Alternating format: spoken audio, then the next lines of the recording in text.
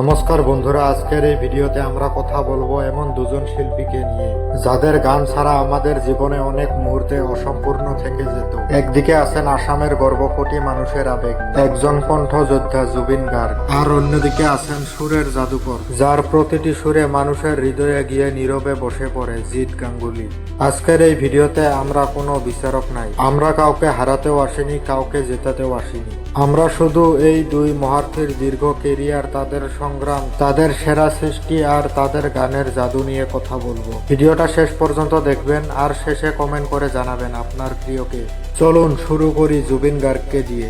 জুবিন গার্গ এই নামটা শুনলে যেন আসামের মাটি গন্ধ পাওয়া যায়। লুইত নদীর ঢেউ, পাহাড়ের হাওয়া আর অসাধারণ মানুষের কান্না হাসি সবকিছু মিলেমিশে আছে তার কণ্ঠে। 1992 সালে অনামিকা অ্যালবাম দিয়ে তার যাত্রা শুরু। তারপর একে একে হাজার হাজার গান, লোকগীত হোক কিংবা রক, রোমান্টিক হোক কিংবা প্রতিবাদের গান, সব জায়গায় জুবিন গার্গ আলাদা। তিনি একজন গায়ক নন, তিনি একজন যোদ্ধা। সিএএ বিরোধী আন্দোলন থেকে শুরু করে বন্যা দুর্গত মানুষের পাশে দাঁড়ানো, জুবিন গার্গ সবসময় মানুষের কণ্ঠস্বর হয়েছেন। যখন বলিউডে তিনি ইয়ালি গানটি গাইলেন তখন পুরা ভারত থমকে গেছিলেন। মানুষ বুঝে গেছিল এই কণ্ঠে কিছু আছে যা শেখানো যায় না। এই কণ্ঠে আছে মাটি, আছে জীবন, আছে সত্য। পাগলু, মায়া, মায়াবিনী, অনামিকা, এই গানগুলো শুধু গান নয়, এগুলো অনুভূতি। এবার আসা যাক আরেক কিংবদন্তির কথায়, জিৎ গাঙ্গুলি।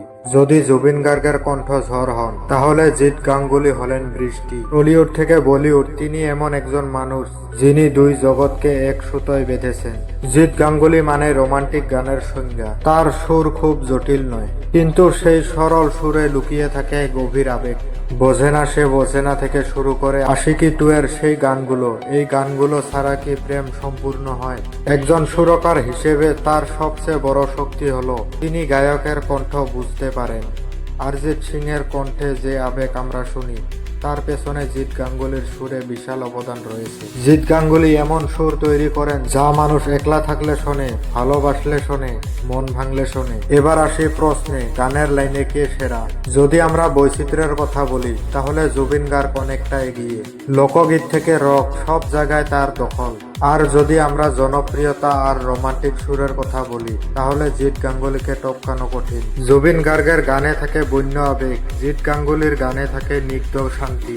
একজন আসামের প্রাণ, আরেকজন বাংলার হৃদয় স্পন্দন। আসলে শিল্পীদের মধ্যে তুলনা হয় না, তুলনা করে ভক্তরা।